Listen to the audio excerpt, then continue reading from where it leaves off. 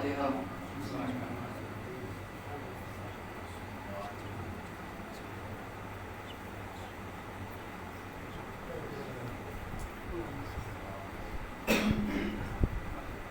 ماشاء اللہ لا حول ولا قوة الا باللہ العلی العظیم. اعوذ باللہ من الشیطان اللعین الرجیم. بسم اللہ الرحمن الرحیم. الحمد للہ رب العالمین والصلاة والسلام علی عبد المعید ورسولنا المصدد الحبیب الاحمد النبی الامی المکی المدنی السراج المنیر کوكب الدر صاحب الوقار والسکینہ المدفون بأرض مدینہ سیدنا و نبینا و شفیعنا و مولانا و مولا الکونین جد الحسن والحسین و ابی القاسم اللهم صل على محمد وآل محمد. الحمدللہ الذی جعلنا من المتمسکین بولایت امیر المؤمنین علی بن ابی طالب. اللهم صل على محمد وآل محمد. وآل بیتہ الطیبین الطاہرین المعصومین المظلومین ولعنۃ اللہ علی اعدائهم اجمعین بالیومنا هذا یوم الدین. اما بعد فقد قال یا امام زین العابدین علیہ الصلاۃ والسلام بسم اللہ الرحمن الرحیم. کان عمنا العباس نافذ الوصیہ صلوات محمد. اللهم صل على محمد وآل محمد. اسداللہ نے نظم میں کربلا. آج کی جو سالانہ مجلس اساتذہ کا سال منعقد کی جاتی ہے اور اس سال کی منعقد کی گئی ہے اور کوشش یہ رہے گی کہ زیادہ وقت نہ لوں کیونکہ تاخیر ہو گئی ہے. زیادہ سے زیادہ 40 منٹ اپنی باتوں کو سمیٹنے کی کوشش کروں گا اور جس منزل پہ میں پہنچانا چاہتا ہوں کوشش یہ رہے کہ اس منزل پہ پہنچا دوں. بہرحال جو حدیث میں نے ارشاد فرمائی ہے چوتھے امام کی اسے اندازہ ہو گیا ہوگا کہ آج کا ذکر کیا ہونے والا ہے, کس کا ذکر ہونے والا ہے. کیونکہ مجلس منعقد کی گئی ہے بسلسلہ شہادت جناب سکینہ صلوات اللہ علیہا, تو جہاں سکینہ کا ذکر ہو ایسا ہو سکتا ہے کہ وہاں عباس کا ذکر نہ ہو. یہ دو شخصیتیں ایسی ہیں جو ایک دوسرے سے کبھی جدا ہی نہیں ہو سکتی. جہاں جہاں سکینہ ہے وہاں وہاں عباس ہے, جہاں جہاں عباس ہے وہاں وہاں سکینہ ہے. بہرحال آج کی گفتگو اسی سے متعلق ہوگی. توجہ میری طرف رہے کیونکہ جو ہر بار میں کہتا ہوں اس بار پھر دوہرا رہا ہوں کہ جب مجلس خطاب کہی جاتی ہے تو پڑھنے والے سے زیادہ سننے والوں کی ذمہ داریاں بڑھ جاتی ہیں.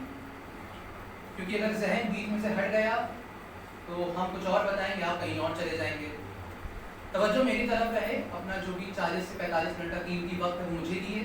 توجہ میری طرف رہے. ذکر کا آغاز کرتے ہیں. بس ایک صلوات پڑھ دے بر محمد. اللهم صل على محمد وآل محمد. ذکر کا آغاز کرنے سے پہلے میں حوالہ دینا چاہوں گا ایک عالم دین کا جو عالم شیعت اور عالم اسلام میں بہت بڑے عالم کا نام ہے. وہ ہے عالم مقدس اردبیلی. نام سنا ہوگا, ایران کے رہنے والے ہیں. کتنے بڑے عالم ہیں. عالم اتنے بڑے ہیں کہ ان کے سامنے اگر کوئی سوال پیش آتا تھا یہ سوال لے کے تربت علی پہ جاتے تھے, سوال کرتے تھے, قبر سے جواب آتا تھا. اتنے بڑے عالم تھے کہ مولا کائنات کی قبر کے پاس جا کے سوال کرتے تھے اور قبر سے جواب آتا تھا. یہ عالم ہے. میرا موضوع کیا ہے کہ جو میرا اصل موضوع ہے وہاں تک پہنچنے کے لیے بھی ایک موضوع ہے.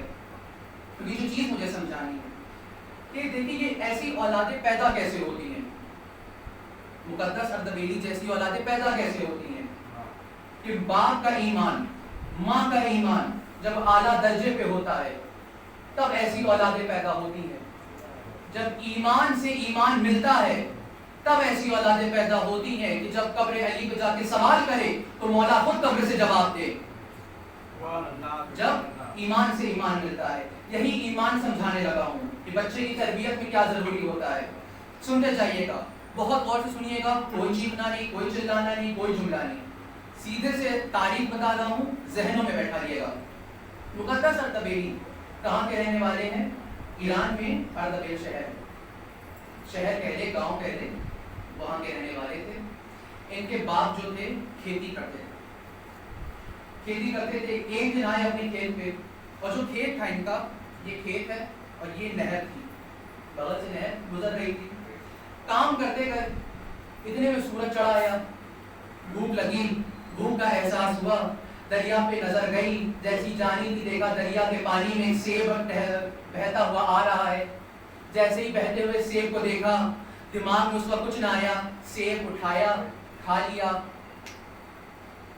لیا سیب، ہضم کر لیا. اب دماغ نے دوڑنا شروع کرا کہ کیا یہ سیب میرا تھا؟ جملہ بہت نازک ہے کہ جو سیب میں نے کھایا ہے کیا یہ سیب میرا تھا یا کسی اور کا تھا؟ اب دماغ میں یہ بات آئی. اب یہ فوراً دریا کے کنارے چلتے چلے گئے کہ کہاں سے یہ سیب آیا. یہ گھر کے باہر پہنچے، دخت الباب کرا. یہاں پہ آپ لوگ جانے نہیں، انہوں نے ایک سبق دیا ہم لوگوں کو کہ اگر کھاتے وقت نہ سمجھو کہ کس کا کھا رہے ہو، کم سے کم کھانے کے بعد تو سمجھ لو کس کا کھا رہے ہو. اگر کھاتے وقت نہیں سمجھ میں آ رہا ہے کس کا کھا رہے ہو، کھانے کے بعد تو سوچ لو. یہ پہنچے، دخت الباب کرا، دروازہ کھلا. انہوں نے کہا کہ بھائی آپ کے باغ سے ایک سیب بہتا ہوا آیا، میں نے کھا لیا، مجھے اجازت دے دیجیے. تو انہوں نے کہا بھائی ٹھیک ہے، اجازت ہے میری طرف سے. اجازت کا ملنا تھا، یہ واپس مڑنا تھا کہ اجازت دینے والا بھی جاگا. جیسے ہی جاگا اس نے واپس بلایا، کہا ادھر واپس آئیے. تو یہ واپس آئے، کہنے لگے کیا ہوا، کیوں بلایا ہے، کیا کام ہے؟ تو کہنے لگے حضور بات کچھ ایسی ہے کہ جو سیب کا باغ ہے اس کا میں اکیلا حقدار نہیں ہوں. یہ جو سیب کا باغ ہے یہ آدھا میرا ہے اور آدھا میرے بھائی جان کا ہے جو نجف میں رہتے ہیں. تو انہوں نے کہا بھئی آپ مجھے کیوں بتا رہے ہیں؟ تو کہنے لگے آپ بات سمجھے نہیں، میں نے اجازت دی ہے مگر آدھے سیب کی دی ہے، آدھے سیب کی دی ہے. اب آپ کو اگر آدھے سیب کی اجازت چاہیے تو نجف جائیے. کتابیں لکھتی ہیں کہ اردبیل سے نجف کا راستہ 1400 کلومیٹر.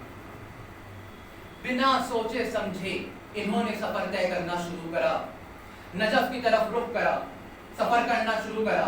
کرتے کرتے نجف پہنچے، جن کا باغ تھا ان کے گھر پہنچے. دخت الباب کرا، دروازہ کھلا. جیسے ہی کھلنا تھا تو وہ باہر نکلے. کہنے لگے کیا کام ہے؟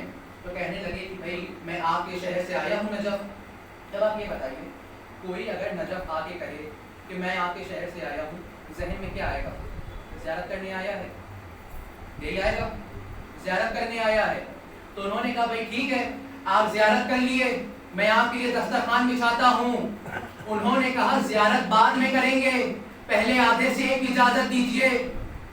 کیا کہا؟ زیارت بعد میں کریں گے، پہلے آدھے سیب کی اجازت دیجیے. زیارت بعد میں کریں گے، پہلے آدھے سیب کی اجازت دیجیے. اما یہی تو کہنا چاہتے ہیں کہ مولا کے دربار میں بعد میں جائیں گے، پہلے جو حرام کھایا ہے اسے حلال تو کر لے.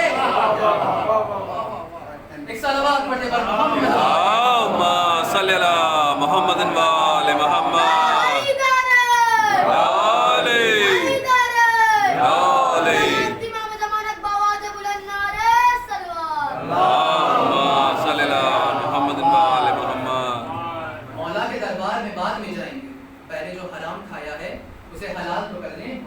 اب وہ ایک شرعی بحث ہے کہ وہ حلال تھا کہ حرام تھا، اس میں نہیں جانا ہم لوگ کو. بہرحال جیسے یہ سنا کہ آدھے سیب کی اجازت لینے کے لیے آئے ہیں. انہوں نے کہا اچھا آدھے سیب کی اجازت چاہیے، ٹھیک ہے اجازت ملے گی مگر ایک شرط ہے. انہوں نے کہا کیا شرط ہے؟ کہنے لگے آپ کو میری بیٹی سے شادی کرنی پڑے گی. کیا شرط رکھی؟ آپ کو میری بیٹی سے شادی کرنی پڑے گی. اب راہ چلتے کسی آدمی سے کہیے کہ شادی کر لو میری بیٹی سے، جوان کیا سوچے گا؟ یہ سوچے گا نا کوئی نہ کوئی عیب ہوگا، کوئی نقص ہوگا ایسا کہ راہ چلتے آدمی سے کہہ رہا ہے. اب یہ پریشان ہوئے. انہوں نے سوچا کہ اگر میں شادی کے لیے ہاں بول دوں، کتنے سال کا معاملہ ہے؟ 10 سال، 20 سال، 30 سال، 50 سال، یا تو بیگم مرحومہ یا ہم اللہ کو پیارے. لیکن اگر آدھا سیب ہمارے پاس رہا تو یہ ہمیں قبر میں بھی پریشان کرے گا، حشر میں بھی پریشان کرے گا، پولیس سرات میں بھی پریشان کرے گا. کیا پتا اسی آدھے سیب کی وجہ سے ہم جہنم تک پہنچ جائیں. تو انہوں نے کہا بھائی ٹھیک ہے میں شادی کے لیے تیار ہوں. کیا کہا؟ شادی کے لیے تیار ہوں. تو وہ کہنے لگے بھائی سوچ سمجھ کے ہاں بولیے گا، عیب بہت ہے، اپاہج ہے، اندھی ہے، بہری ہے، گونگی ہے، انہوں نے کہا بھائی ٹھیک ہے میں تیار ہوں. پھر انہوں نے کہا بھائی سوچ سمجھ کے تیار ہوئیے گا. انہوں نے کہا میں تیار ہوں. کیوں؟ کیونکہ اب قبر کے اس طرف کا معاملہ نہیں ہے, قبر کے ادھر کا معاملہ ہے. کہا میں تیار ہوں. کہا ٹھیک ہے. نکاح ہوا. ہونے کے بعد اب جیسے حجرے میں داخل ہوئے, منظر ہی کچھ اور ہے. چل بھی رہی ہے, بول بھی رہی ہے, دیکھ بھی رہی ہے, سن بھی رہی ہے. اب یہ حیران و پریشان, یہ کیا ہوا؟ اب یہ جو تھے جن کا عقد ہوا, کون تھے یہ؟ مقدس اردبیلی کے والد تھے. تو یہ کون ہوئی؟ مقدس اردبیلی کی ماں ہوئی. تو باپ کا ایمان سن لیا کہ آدھے سیب کی اجازت لینے کے لیے نجف تک پہنچ گئے. اب ماں کا ایمان سنیے. اب جیسے ہی انہوں نے دیکھا پریشان ہے, انہوں نے پوچھا بھائی کیوں پریشان ہے, کیا بات ہے؟ تو کہنے لگے بھائی آپ کے بابا نے تو کچھ اور بتایا, یہاں منظر ہی کچھ اور ہے. کہنے لگی کیا بتایا؟ یہی بتایا نا میں اپاہج ہوں. بالکل میں اپاہج ہوں, کیونکہ میری آدھی زندگی گزر گئی ہے. آج تک میں نے اللہ کی مرضی کے خلاف گھر سے باہر قدم تک نہیں نکالا. جملوں پہ جائیے گا کہ آج تک میں نے خدا کی مرضی کے بغیر گھر سے قدم نہیں نکالا. کیا کہا؟ میں اندھی ہوں. ہاں میں اندھی ہوں, میری آدھی زندگی گزر گئی ہے. نہ میں نے کسی نامحرم کو دیکھا, نہ مجھے کسی نامحرم نے دیکھا. پھر کہا کیا کہا میرے بابا نے کہ میں بہری ہوں, میں گونگی ہوں. ہاں میں گونگی ہوں, ہاں میں بہری ہوں, کیونکہ میری آدھی زندگی گزر گئی ہے. نہ میں نے کسی کی غیبت کری ہے, نہ کسی کی غیبت سنی ہے.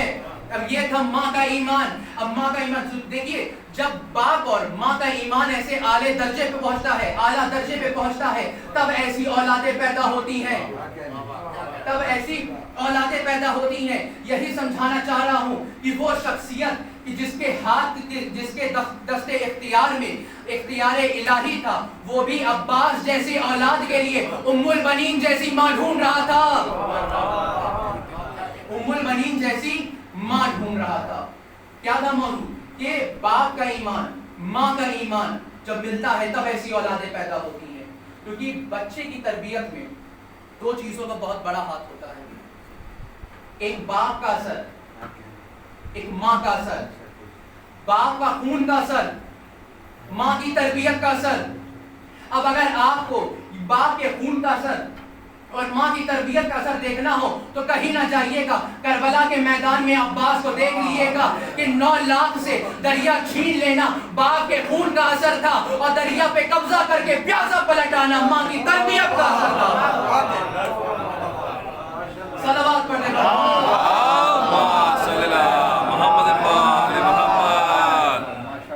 کہ 9 لاکھ سے دریا چھین لینا باپ کے خون کا اثر تھا, اور دریا میں قبضہ کر کے پیاسا پلٹانا ماں کی تربیت کا اثر تھا.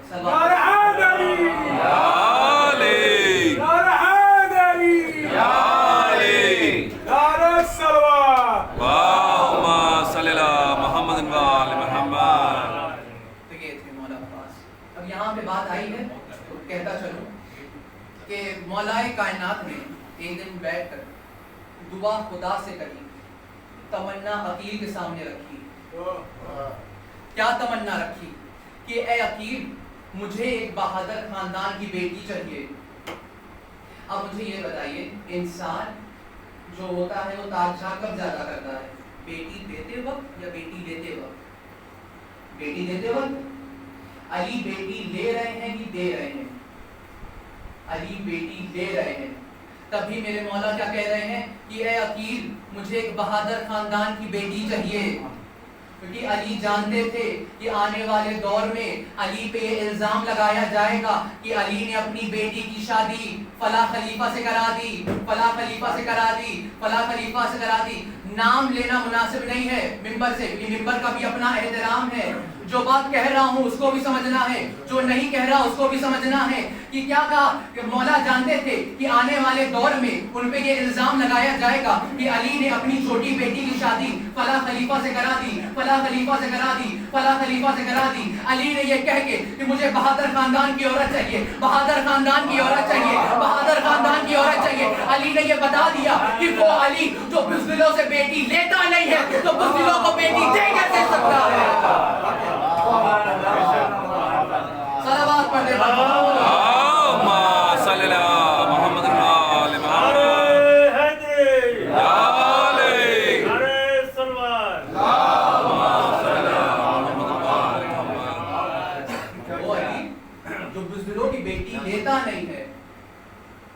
بزدلوں کو کوئی دے کیسے سکتا ہے. یہاں پہ تمنا رکھی میرے مولا نے, اس میں ڈیٹیل میں نہیں جانا ہے. یہ واقعہ سنا ہوا ہے سب کا. عقد ہوا جناب ام البنین سے میرے مولا کا. اب سیدوں کے گھر آئی ہے عباس کی ماں. 4 شعبان کی رات آئی. قرآن کی آیت بن کے عباس علی کے گھر میں نازل ہوئے. جیسے ہی نازل ہوئے گود میں عباس کو اٹھایا. جیسے ہی اٹھا کے دیکھا رسول کا پیکر بھی سمٹا ہوا ہے. تو یہ تعریفیں سنی ہوئی ہے, پھر سن لیے کیا دیکھا. حسن کا سرخ مزاج بھی موجود ہے, حسین کی ہیبت بھی موجود ہے. سنتے رہیے گا آخری فرد تک, جو باہر تک بیٹھے ہیں ان کے لیے جملہ میں ہدیہ کر رہا ہوں کہ جیسے ہی عباس کو دیکھا, دیکھنے سے لگا کہ رسول کا پیکر بھی سمٹا ہوا ہے, علی کی شجاعت بھی موجود ہے, فاطمہ کی حیا بھی موجود ہے, حسن کا سرخ مزاج بھی موجود ہے, حسین کی ہیبت بھی موجود ہے. یعنی اس بات سے یہ صاف ہو گیا عباس کو دیکھو حسین کو پہچانو, عباس کو دیکھو حسن کو پہچانو, عباس کو دیکھو علی کو مانو, عباس کو دیکھو فاطمہ کو تسلیم کرو, عباس کو دیکھو رسول کو پہچانو. اب تک بات نہیں پہنچی اور اچھے سمجھا رہا ہوں, پھر سنیے. عباس کو دیکھو رسول کو پہچانو, عباس کو دیکھو علی کو مانو, عباس کو دیکھو فاطمہ کو تسلیم کرو, عباس کو دیکھو حسن کو پہچانو, عباس کو دیکھو حسین کو پہچانو. یعنی اہل بیت پیدا ہوا ہے تاکہ اللہ پہچانا جائے, عباس پیدا ہوا ہے تاکہ اہل بیت پہچانے جائے.